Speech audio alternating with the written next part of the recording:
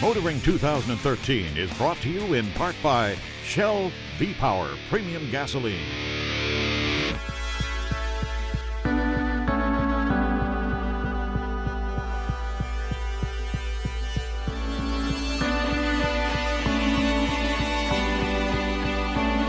The 2014 Cadenza.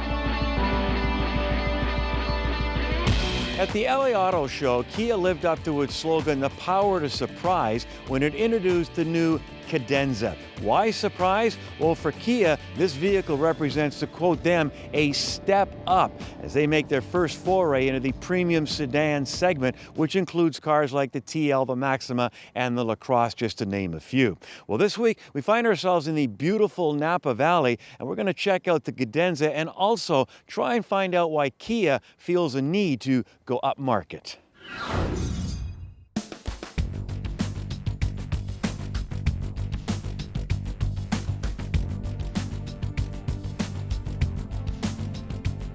There's some concern whether the Kia brand is ready for something like this.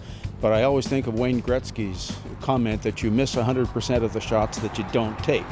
Some of the dealerships might not be quite ready for a $45,000 car, but if they don't offer it, they won't sell any. And they've got to make that move eventually. 5 years ago, they walked into a Kia dealership, and as long as they could get a car for $119 a month, they didn't care, as long as it had 5 wheels, 4 to drive on and 1 to steer. The rest of it was a moot point. They've changed that perception hugely. I think the Soul was the first car that actually changed how people viewed Kia, because that was the first car people actually walked in and said, I want to buy that Kia. Each car they've produced since then has increased the appeal factor enormously. If you take a look at what our winning formula has been, certainly it comes down to design, technology, safety, and fuel efficiency. And when you take a look at design, that's the differentiator, and we've done a great job with that. And Peter Schreier came on board with Kia, and back in 2009 started with the Kia Soul, and the revolution began from that standpoint. Again, we put the market research into getting into that premium segment. We're not going head on with some of the luxury brands or luxury models, if you will. We have a set core group of different manufacturers and products within that are in our crosshairs, and certainly we see the opportunity with the Cadenza in that premium market. We also see it as being an opportunity to keep the existing customer base that we have, and also we've been a really good conquesting brand, and that's been part of our sales success, if you will, and hopefully we'll be able to get some new customers from some of the other brands to consider the Cadenza and move into our product lineup. What I find most interesting is their corporate cousin, Hyundai, had basically this car as the Azera. They still sell it in the United States, but they've decided it's not worth selling in Canada. So why there's an opportunity for Kia and not an opportunity for Hyundai, well, I guess we'll find out. 3.3 for us right now is in the Cadenza, but also into the Sorento. GDI technology. We even went a little further. We even have a variable oil pump that maximizes basically oil distribution, but reduces horsepower consumption, which helps on to performance, but also fuel economy. You know, vehicles are much safer today than yesterday. 1, they're loaded with active safety, and 2, structurally, they are much stronger. Take this Cadenza, for instance. 60% of it is built with high-strength steel. That accomplishes 2 things. 1, you're safer in the event of a crash, and 2, since high-strength steel is so much lighter, they achieve better fuel economy. Here's something you might not know. According to Kia, the Hyundai Motor Corporation, which includes Kia, is the only car company to produce its own steel for all its vehicles. I think if you want to be thought of as a full-range car company, you have to have a car in this slot. Now, even Kia is ready to admit they're not quite prepared to go up against the BMWs and Mercedes of the world, but you can't do that from a low level. You got to do that from a mid-range level. So they're trying to get to that level now, and then they're going to probably attack the real luxury market in maybe 4 or 5 years' time. I think they've hit a home run in just about all of the areas. The handling really did impress me. The engine is strong. The manner in which they finished the interior really did impress me. When the word gets out just how good the Cadenza is, then it's going to work in their favor, and they're going to start conquesting sales. You know, people that were looking at a Maxima, it's tanking in the sales department. They're going to perhaps consider the Cadenza. It's front-wheel drive, it's got a decent transmission, the handling is bang on, and it's got so much content. Standard navigation across the board. You can adjust the length of the seat base, which is something that you usually expect in a much higher end car. And in fact, I was just driving the Audi A8, and to get an adjustable seat in terms of length, you have to go up to an optional seat.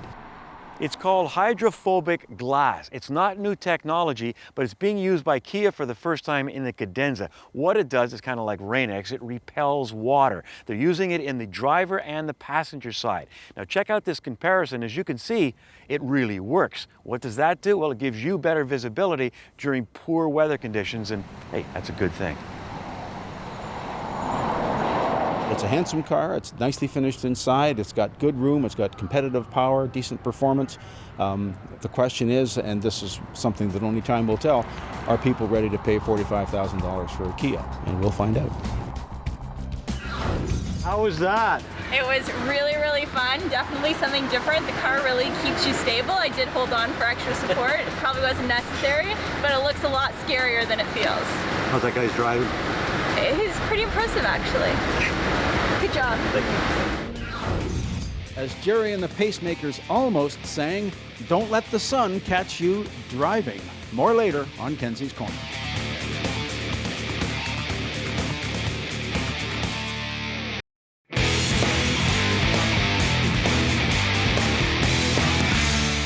To Toyota, it's the recreational active vehicle with four-wheel drive. To the rest of the world, we know it as the RAV4. On this edition of Test Drive, we take a look at the latest edition of the cute ute that started it all.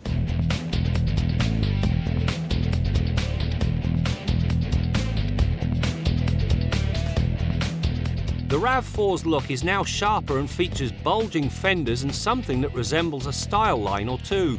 Now, I like the look, although that sentiment was far from universal. It also gets a 2.5-litre four-cylinder engine that's mated to a slick 6-speed manumatic transmission. The 176 horsepower and 172 pound-feet of torque on tap delivers a sprightly feel and better than expected performance. When pushed to the max, the RAV4 ran to 100k in 9 seconds, and it accomplished the 80 to 120 passing move in a respectable 6.9 seconds.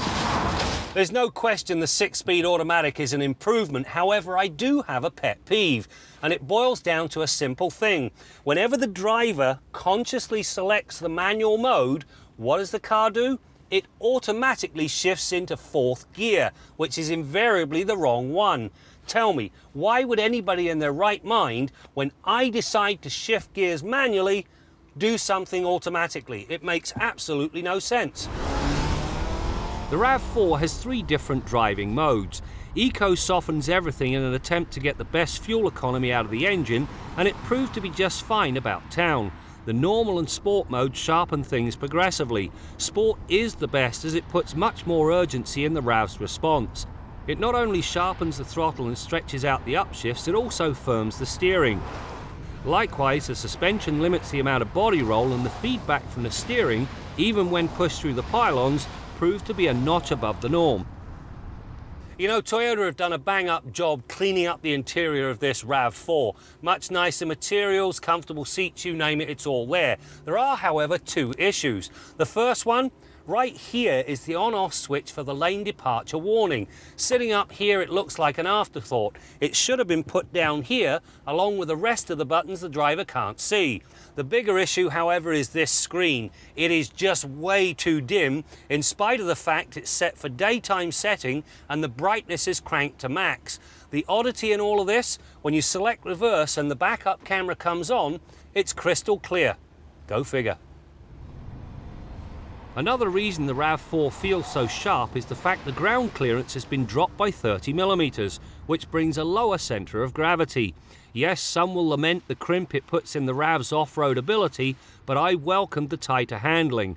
In the end, it proved to be remarkably planted for a crossover. One of the more welcome changes to this RAV4 is the fact they've ditched that silly tailgate that was hinged on the wrong side, and it now opens up as it always should have done. When you get it powered up, you've got 38.4 cubic feet of cargo space with the seats up, and a generous 73.3 with them folded down.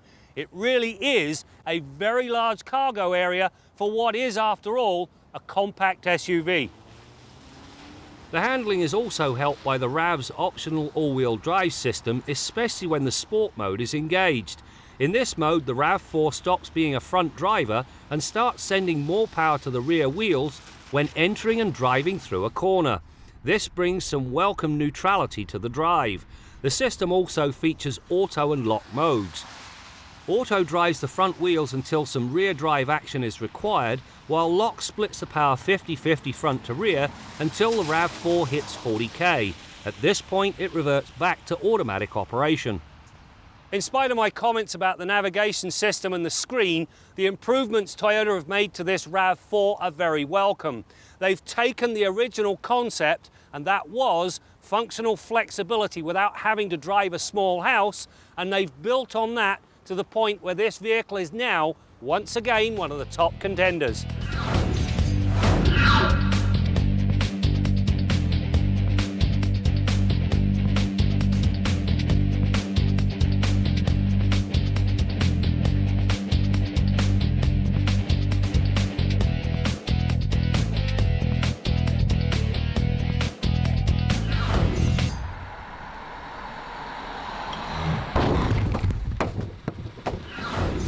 There's a panel of glass behind the A-pillar. This eliminates a potential blind spot. It also brings back memories with yours truly growing up when very few cars had air conditioning, and certainly not ours in our driveway. There used to be a vent that you could open and close, but for the life of me and Pete McCallum behind the camera, we can't remember the name of it. So if you know the name of this vent, go to the Motoring Facebook page, let us know, and it'll make it worth your while.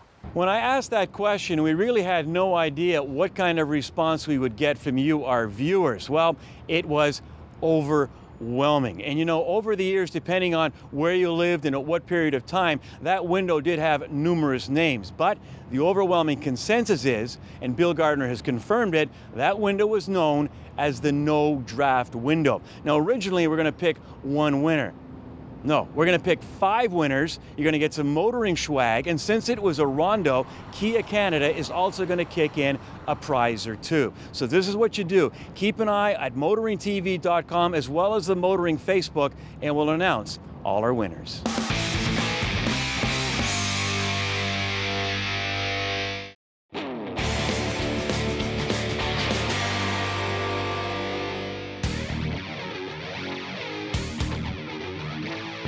Today we're at the Cadillac Driver Academy here at Mosport, and this is a great program for a couple of reasons. First, it lets the owners of these Cadillacs interact with the manufacturer while they're learning something about their cars. And secondly, it gives us a chance to revisit the Motoring 2013 Car of the Year, the Cadillac ATS.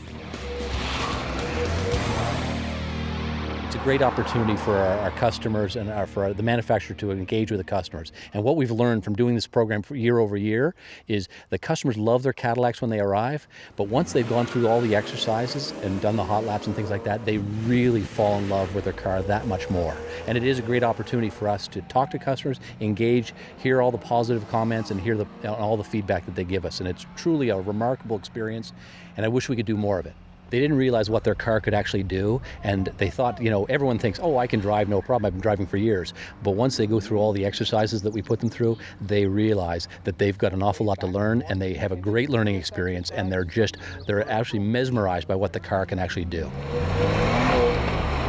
This has been such an incredible day. We're having so much fun. We're learning all kinds of amazing driving skills, as well as so much about the Cadillac ATS vehicles, some defensive driving, some dangerous driving that I wouldn't necessarily do on the road, as well as some things I'll learn that I can use in my day-to-day driving life. So it's been fantastic so far. What do you do? I'm a server at a pub.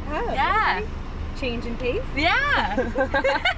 Why not? We've done a lot of avoidance and safety techniques, so swerving in case something's falling on the highway in front of you. It's been really, really fun. A lot of new skills that I hope to use in my daily driving. We did some basic, slower 80-kilometer type laps, but I'm looking forward to breaking 100, hopefully 160. How was that? It was really, really fun. Definitely something different. The car really keeps you stable. I did hold on for extra support. It probably wasn't necessary, but it looks a lot scarier than it feels. How's that guy's driving? He's pretty impressive, actually. Good job. Thank you.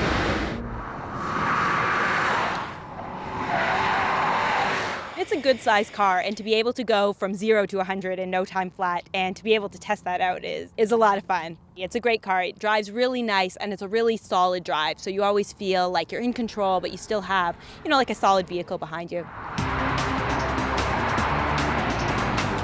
This experience is unbelievably awesome, just to learn the potential of our cars. The raw power and the raw stopping power, the unbelievable control that you can stop this vehicle with. I think I learned a little bit more about my car today. Went a little bit faster, took the corners a little bit harder, and I have a perma grin on my face. I did my first hot laps. I think I passed every single person. So, oh, did you? Yes, I did. So I think I've learned a little bit. The car is super fast.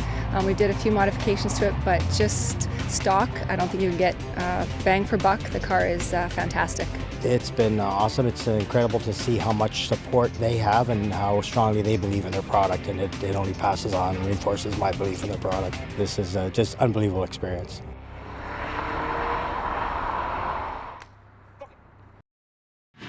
The motoring tip of the week is brought to you by Walmart. For everyday low prices on Pennzoil, conventional, and synthetic oils. Our motoring tip of the week, power window regulators. The power window regulator is the entire mechanism and assembly that raises and lowers the window on your vehicle. If it's a power window vehicle, it's got a small electric motor like that one driving the window regulator, and the regulator assembly is the rest of the hardware that cradles the window and lifts it up and down in the door. There's a couple of different styles. This is a very popular one we're working on today. This is our crew truck, and a week ago on this same shoot, the passenger side window broke, the glass dropped down in the door, and we couldn't get it back up, made some bad noises. Now, if and when that happens to you, if there's a bit of glass still exposed, you can often get at the end of the door here and get the palms of your hands on either side of the glass like this, squish it together and lift it up, get it to the top and tape it or wedge it. We used a wood wedge here and a little bit of duct tape. You can actually see my handprints on the glass there where we had to force the glass up. Now, in this particular vehicle, what broke was this skinny little cable. You can see that it's detached over here at the window motor, and if I operate the motor, you can see that little bit of a loop of cable there trying to do its thing, but it's wedged, it's jammed around the spool. Now, what takes this out is corrosion. Humidity, high relative humidity, this can corrode 12 months of the year, and all it takes is a little bit of corrosion on this cable for the strand to fray and break, and it unravels, wraps itself around the motor, and it's game over. You've got to replace the window regulator. And that's what we're about to do on our crew truck. Well, our new window regulator is installed, all the door trim and hardware is back on, window functions properly, we're all good to go. Now, when we look at the old parts here, we can actually kind of see the Achilles heel of this power window regulator design, and it's this cable here. You can see in this area it's all brown and rusty and it frayed and broke. Down here at this end, nice and clean and shiny, cable's in good shape, but all it takes is one weak link in the chain and the whole thing breaks. I really wish I could give you a tip on longevity on this, but there really isn't one. If you live in an area of the country around the Great Lakes or the eastern seaboard of Canada, anywhere where we've got high relative humidity, this is a fact of life. It's just a matter of time before this happens. Now, if you're in a drier area, obviously this part is going to last longer because this is totally a function of corrosion. Not a whole lot you can do about it. That's your motoring tip of the week. When you buy a Jeep today, it does what it's supposed to do, but you don't have to suffer for it inside.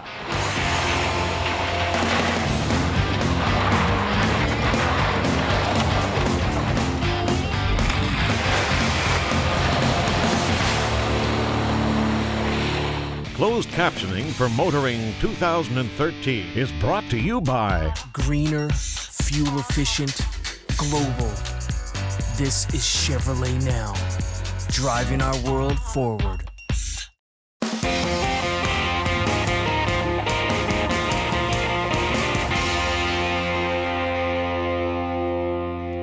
Beautiful sunny day today, and now if you're like me, you could probably do worse.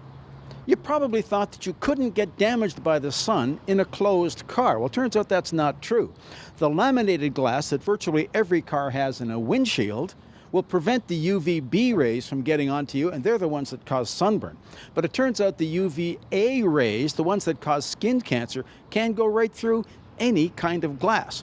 Now, this came up in a couple of studies in the United States, which showed that amongst men who drive a lot, something like 3/4 of all skin cancers were on the left side of the body, either the left side of the face or on the left arm.